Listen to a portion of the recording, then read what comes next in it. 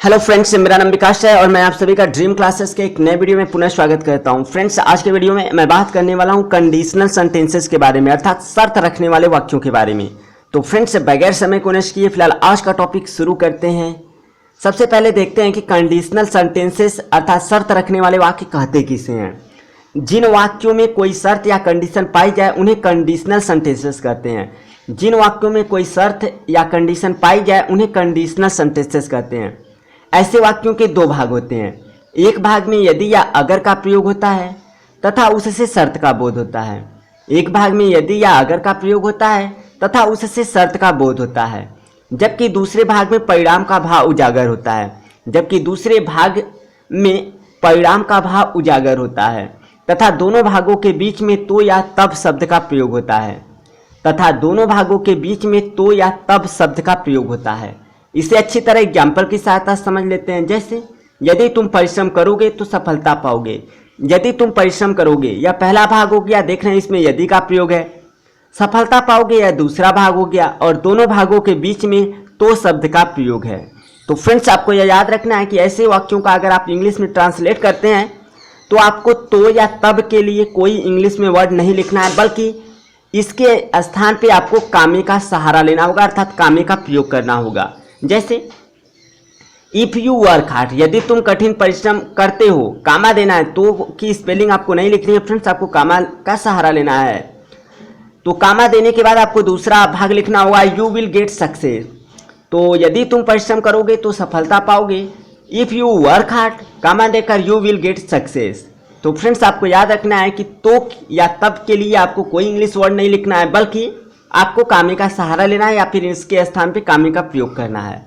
यदि फ्रेंड्स आप conditional sentences का इंग्लिश में ट्रांसलेट करना चाहते हैं तो आपको कुछ रूल्स माइंड रखने होंगे, यानी कुछ नियम याद रखने होंगे। तो फ्रेंड्स, एक एक करके इन सभी नियम्स को देख लेते हैं। पहला नियम फ्रेंड्स, जब कोई वाक्य यदि से प्रारंभ हो तथा दोनों क्लॉजेस के अंत में गा गेगी लगा हो। सो फ्रेंड्स, अगर आप क्लास किसे कहते हैं नहीं जानते तो प्लीज़ मेरा वीडियो देख लीजिए। क्लास के बारे में आप आसानी से क्लास के बारे में सीख लेंगे। तो पुनः यह फ्रेंड्स रूल देखते हैं। यदि कोई वाक्य यदि से प्रारंभ हो तथा दोनों क्लॉजेस के अंत में गा गेगी लगा हो, तब यदि वाले क्लॉज में सिंपल प्रेजेंट टेंस का प्रयोग करते हैं तथा दूसरे क्लॉज में सिंपल फ्यूचर टेंस का प्रयोग करते हैं। तो फ्रेंड्स, एक बार मैं पुनः आपको रिवाइज कर देता हूँ। जब कोई वाक्य यदि से प्रारंभ हो तथा दोनों क्लॉजेस के अंत में गागेगी लगा हो, तब यदि वाले क्लॉज में सिंपल प्रेजेंट टेंस का प्रयोग करते हैं तथा दूसरे क्लॉज में सिंपल फ्यूचर टेंस का प्रयोग करते हैं। अच्छी तरह फ्रेंड्स एग्जाम्पल की सहायता समझ लेते हैं। जैसे यदि तुम आओगे तो रवि तुम्हें पढ़ाएगा। तो फ्रेंड्स, देख रहे हैं यदि तुम आओगे, यह जो पहला क्लॉज है इसमें देख रहे हैं कि यह यदि से प्रारंभ हो रहा है और इसके अंत में गे शब्द है, जबकि दूसरा जो क्लॉज है रवि तुम्हें पढ़ाएगा, यहाँ पर देख रहे हैं इस क्लॉज के अंत में गा है। तो दोनों क्लॉजेस के अंत में ग शब्द यानी गे और गा आया है। इसलिए ऐसे वाक्यों का ट्रांसलेट करते समय या ऐसे कंडीशनल सेंटेंस का ट्रांसलेट करते समय हमें इफ वाले क्लॉज का जो टेंस है वह सिंपल प्रेजेंट टेंस रखना है, और जबकि हमारा जो दूसरा क्लॉज है उसको सिंपल फ्यूचर टेंस में रखना है। तो इसको हम इस प्रकार से ट्रांसलेट करते हैं। यदि तुम आओगे तो रवि तुम्हें पढ़ाएगा। इफ़ यू कम, यह सिंपल प्रेजेंट टेंस हो गया। फिर हमको तो के लिए कोई इंग्लिश वर्ड नहीं लिखना है, बल्कि कामे का सहारा लेना है।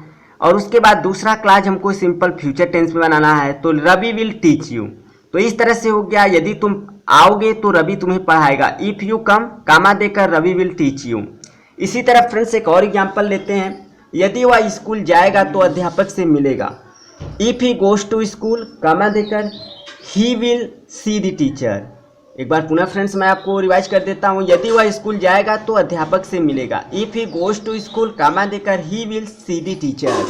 तो फ्रेंड्स देखते हैं दूसरे रूल को। जब कोई वाक्य यदि से प्रारंभ हो तथा दोनों क्लॉजेस के अंत में ता तेती लगा हो तो इफ वाले क्लॉज को पास्ट परफेक्ट टेंस में बनाते हैं तथा दूसरे क्लॉज में वुड हैव के साथ क्रिया का थर्ड फॉर्म प्रयोग करते हैं। एक बार मैं फ्रेंड्स आपको पुनः रिवाइज कर देता हूँ। जब कोई वाक्य यदि से प्रारंभ हो तथा दोनों क्लॉजेस के अंत में ता तेती लगा हो तो इफ वाले क्लॉज को पास्ट परफेक्ट टेंस में बनाते हैं तथा दूसरे क्लॉज में वुड हैव के साथ क्रिया का थर्ड फॉर्म प्रयोग करते हैं।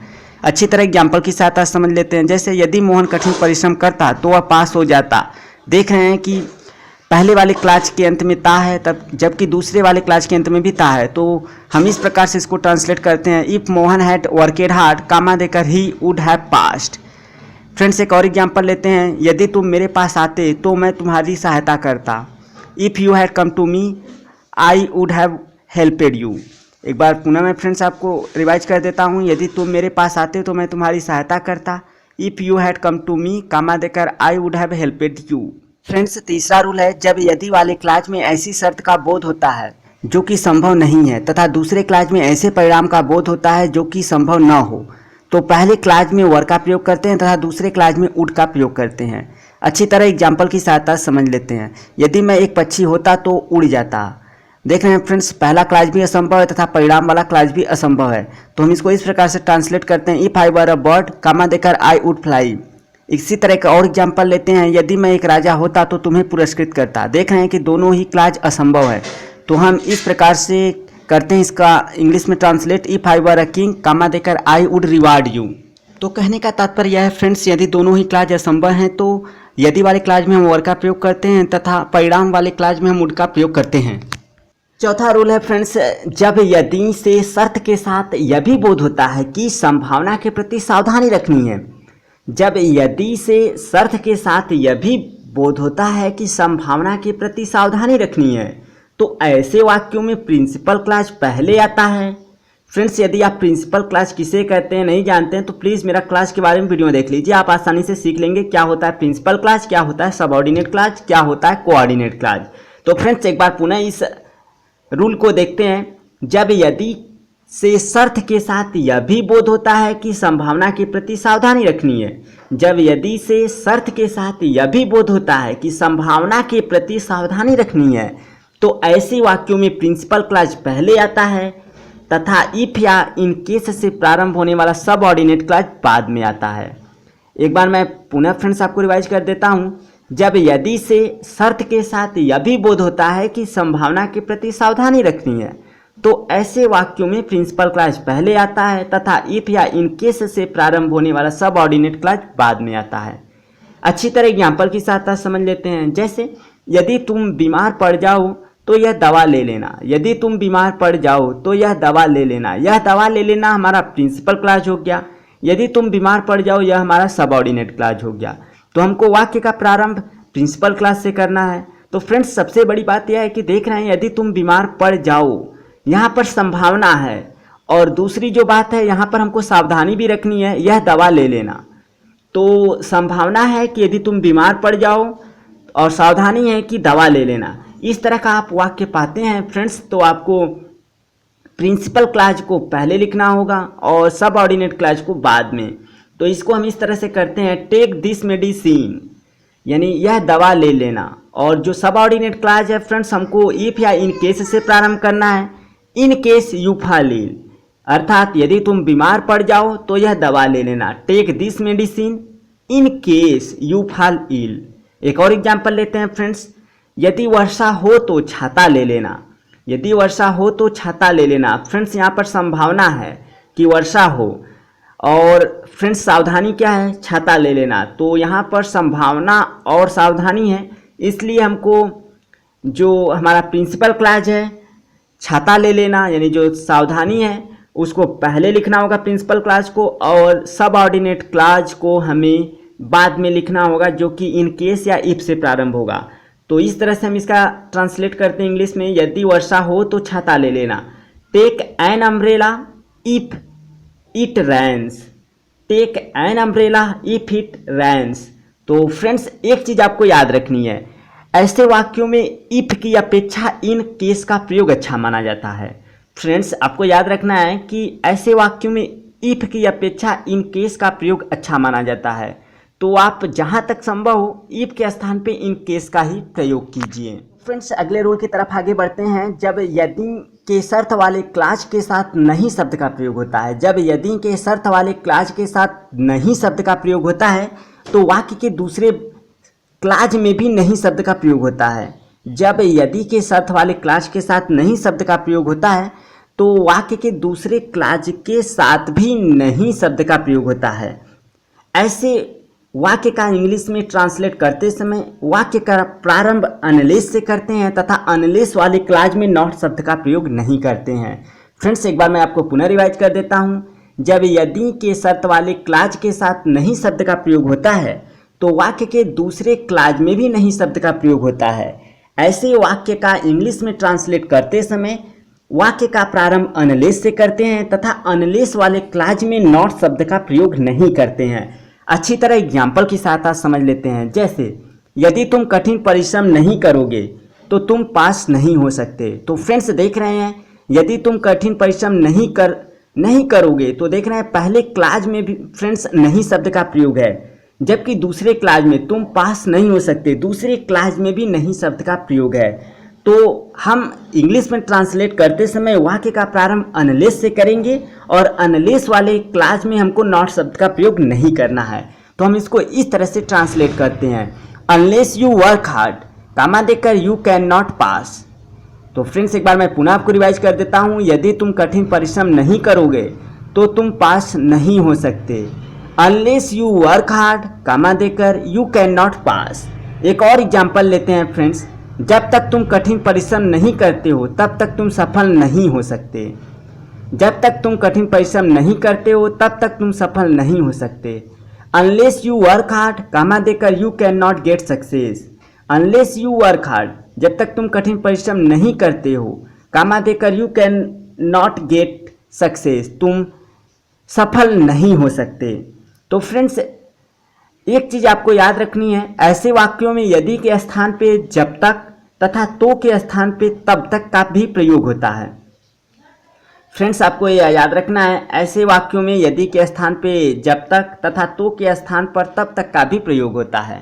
तो फ्रेंड्स अब अगले रूल की तरफ आगे बढ़ते हैं। तो फ्रेंड्स अगला रूल है, वर्तमान काल की शर्त प्रकट करने के लिए प्रेजेंट टेंस का प्रयोग करते हैं।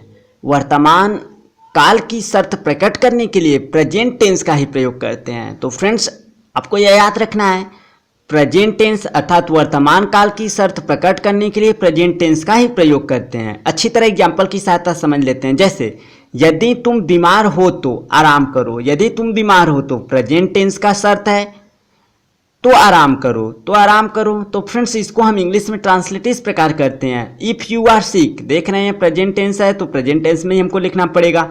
इफ़ यू आर सिक, यदि तुम बीमार हो, कामा देकर टेक रेस्ट, तो आराम करो। तो इफ़ यू आर सिक, यदि तुम बीमार हो, कामा देकर टेक रेस्ट, इस प्रकार से हम ट्रांसलेट करते हैं। एक बार मैं पुनः आपको रिवाइज कर देता हूँ, यदि तुम बीमार हो तो आराम करो। यदि तुम बीमार हो, या देख रहे हैं फ्रेंड्स प्रेजेंट टेंस का शर्त है तो हम प्रेजेंट टेंस में ही करेंगे। तो इस तरह से इंग्लिश में ट्रांसलेट करते हैं, इफ़ यू आर सिक, कामा देकर टेक रेस्ट। एक और एग्जाम्पल लेते हैं फ्रेंड्स, यदि तुमने भोजन नहीं किया है तो अब कर लो। यदि तुमने भोजन नहीं किया है, तो देख रहे हैं फ्रेंड्स यह जो शर्त रखी जा रही है वो वर्तमान समय की है।